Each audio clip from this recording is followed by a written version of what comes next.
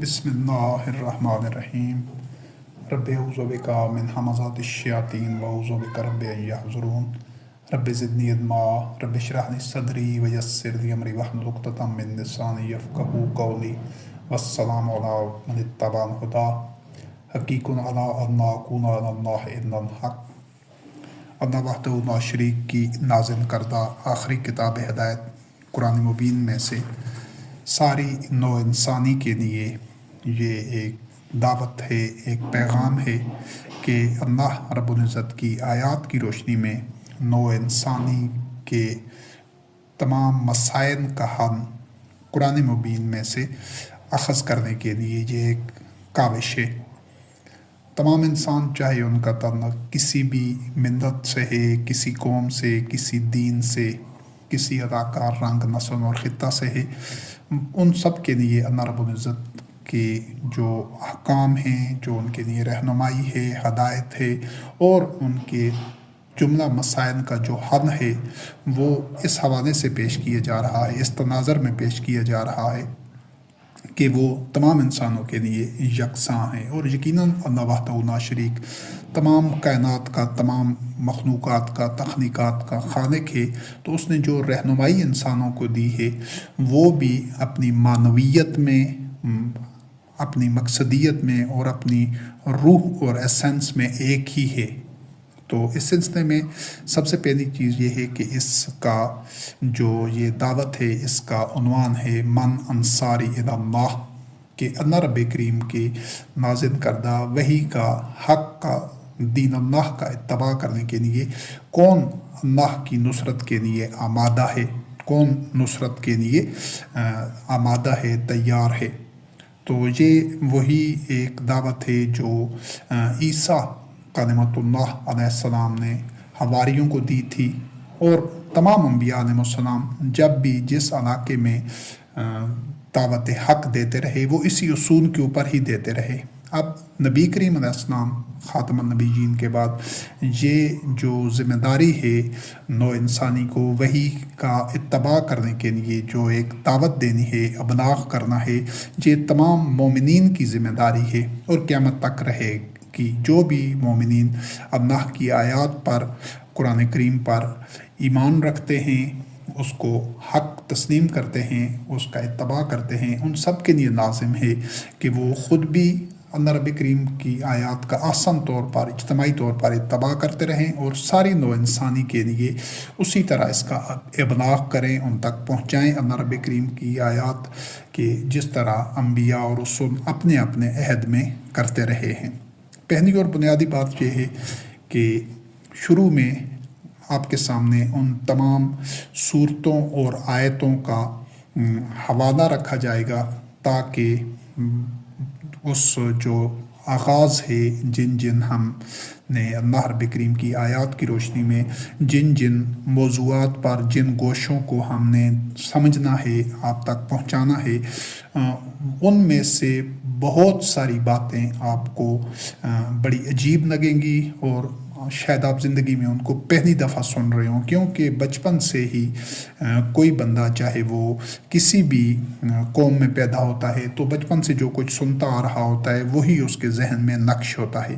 لیکن الحمدللہ رب العالمین یہ کوشش کی گئی ہے کہ جو کچھ بیان کیا جائے وہ اللہ رب کریم کی آیات کی روشنی میں ہو، اور خارج از قرآن اس میں کوئی کسی طرح کا کوئی عنصر، کوئی اجزاء نہ ہوں جو قرآن کریم کی آیات سے باہر ہوں۔ اس بنیاد کے اوپر اور ان تمام آیات کو عقل، فکر، شعور، بصیرت کی بنیاد کے اوپر سمجھنے کی ایک انسانی کاوش ہے، اور اسی کی بنیاد کے اوپر جو ایک لاہ عمل ہے، جو ایک معاملات کو طے کرنا ہے، جو لوگوں کے درمیان ایک عدل کی بنیاد پر فیصلہ کرنا ہے، اور جو رہنمائی وحی سے ملتی ہے وہ ساری نو انسانی تک پہنچانے کے لیے یہ جو اقدام ہے، تو اس کی وضاحت اور تفصیل میں جانے سے پہلے اس کے جو بیانیہ ہے، جو بنیادیں ہیں، بنیادی چیزیں، ان کو سمجھنے سے پہلے ان کو بیان کرنے سے پہلے یہ جاننا آپ سب کے لیے ضروری ہے، خاص طور پر وہ لوگ کہ جو کہتے ہیں کہ ہم کتاب اللہ کے وارث ہیں، یعنی وارثون الکتاب ہیں، مسلمان ہیں، خود کو کہتے ہیں کہ ہم ابراہیم خلیل اللہ علیہ السلام کی ملت کا اتباع کرنے والے ہیں، ہم مسلم ہیں اور قرآن کریم پر ان کا ایمان ہے، ان کے لیے بھی اور دیگر جو مختلف اقوام ہیں، اہل کتاب ہیں، بنی اسرائیل ہیں، یہود، نصارہ، ان تمام کے لیے اور دیگر تمام انسانوں کے لیے جو کہ چونکہ تمام انسان اللہ رب کریم کی مخلوق ہیں، تو اس نسبت سے تمام انسان قرآن مبین میں سے ان آیات کو دیکھیں، ان کا ترجمہ پڑھیں، ان کے سیاق و سباق کو سمجھیں، کیونکہ یہ دعوت ہے، اس سلسلے میں جتنے بھی درس ہوں گے، اس کی مختلف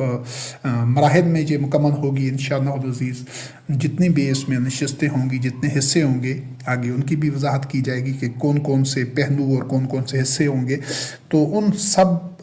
کہ جو جن آیات کے تناظر میں وہ بات کی جا رہی ہے، آپ پہلے ان آیات کا مطالعہ کر دیں، ان کا مضمون آپ کے ذہن میں ہوگا، کیونکہ ہر مرحلے پر جس پہلو سے بھی بات کی جائے گی انشاءاللہ العزیز باذن اللہ، وہ اللہ کی آیات سے وہ مفہوم اخذ کیا گیا ہوگا۔ تو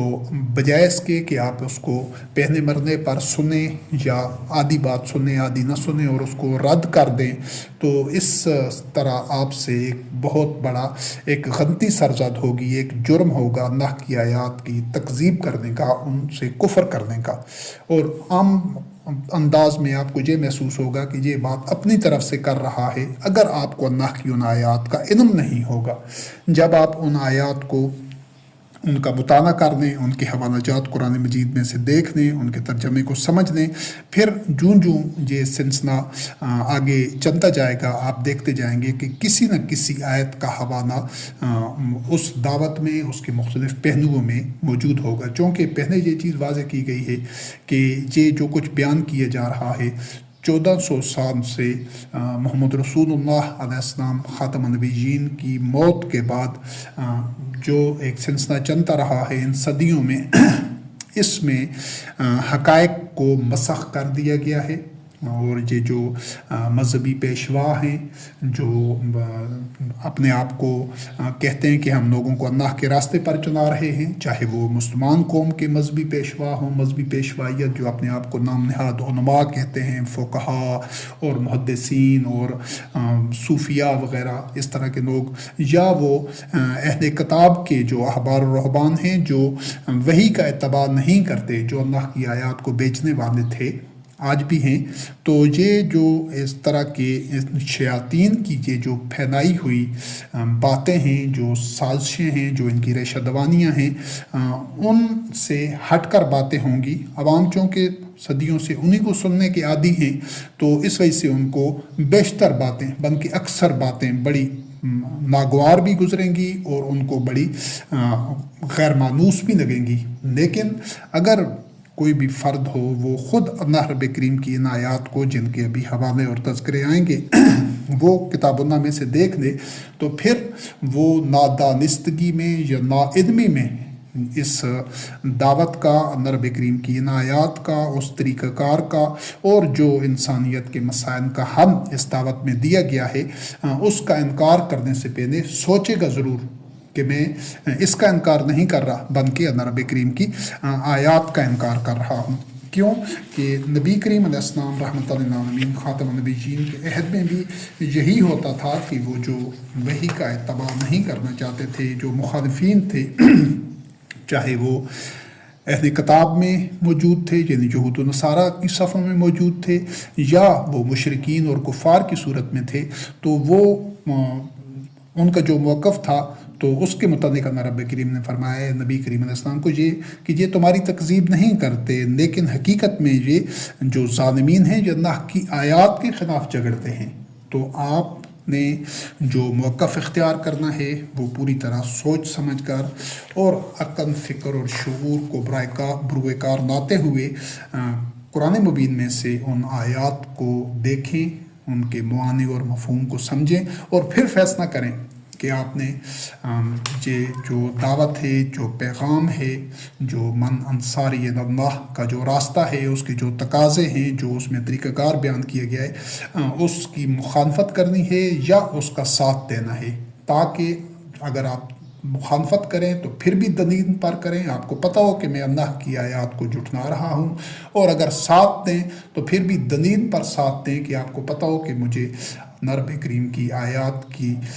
جو اتباع ہے، ان کی ہر قیمت آپ اس کی ہر قیمت ادا کر سکیں۔ تو سب سے پہلے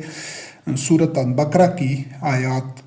27 سے 145 سے 111 سے لے کر 113 ہے، 135 سے لے کر 140، 213، 214، 109، 253، 147، 144 سے لے کر 148 تک، 125، 168، 148، 101 سے اور 102، 140 سے لے کر 141، آیت 53، 185، 122، 62 سے لے کر 64 تک، 135، 217، 120، 121،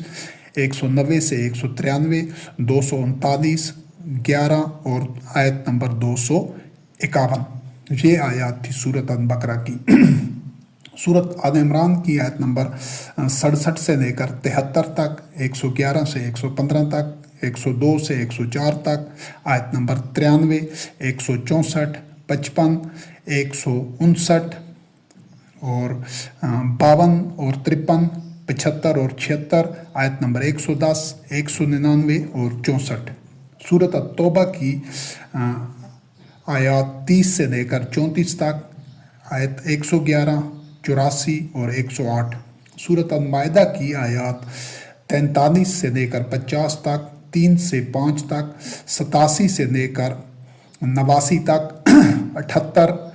اور 59 سے لے کر 63 تک، 44، 46 سے لے کر 48 تک، 13 سے لے کر 16 تک، آیت نمبر 8، 82 سے لے کر 84 تک، 20 اور 21، 64 سے لے کر 69 تک، آیت نمبر 26 اور آیت نمبر 67۔ اس کے بعد سورۃ الاعراف کی آیت نمبر 165، 11 سے لے کر 27 تک، 159، 128، 137، 175 سے لے کر 177 تک، 105، 119، آیت نمبر 88، آیت نمبر 124۔ سورۃ الانفال کی آیات 25 اور 26، 39 اور 40، 34، 70 اور 71، 73 اور 8 اور آیت نمبر 30۔ سورۃ الانعام کی آیات 140، 112 سے 116، 159، 106 سے 108، آیت نمبر 50، 19، 38 اور 33۔ سورۃ یونس کی آیت 59 اور 60، 40 اور 41، 93 اور 94، 83 اور 83 سے لے کر 87 تک۔ سورۃ الرعد کی آیات 19 سے لے کر 25 تک اور آیت نمبر 21 بھی اس میں شامل ہے۔ سورۃ النحل کی آیات 116، 117 اور آیت نمبر 90۔ سورۃ ابراہیم کی آیات 1 سے لے کر 5 تک۔ سورۃ مریم کی آیت نمبر 59۔ سورۃ یاسین کی 59 سے لے کر 64 تک اور آیت نمبر 18۔ سورۃ القصص کی آیات 49 سے لے کر 54 تک اور 4 سے لے کر 6 تک۔ سورۃ الانبیاء کی آیات 92 اور 93۔ سورۃ المومنون کی آیات 52 اور 53۔ سورۃ الحج کی آیات 67 سے لے کر 69 تک اور 78 اور 34 اور 35، 25 سے لے کر 29 تک، 52 اور 53 اور آیت نمبر 17۔ سورۃ طٰہٰ کی آیات 134، 47، 115 سے 127، 44، آیت نمبر 51، 52 اور آیت نمبر 71۔ سورۃ سبا کی آیت 10 سے لے کر 13 تک۔ سورۃ الفرقان کی آیت 31 اور آیت نمبر 74۔ سورۃ الروم کی آیات 30 سے لے کر 32 تک۔ سورۃ التحریم کی آیات 1 اور 2۔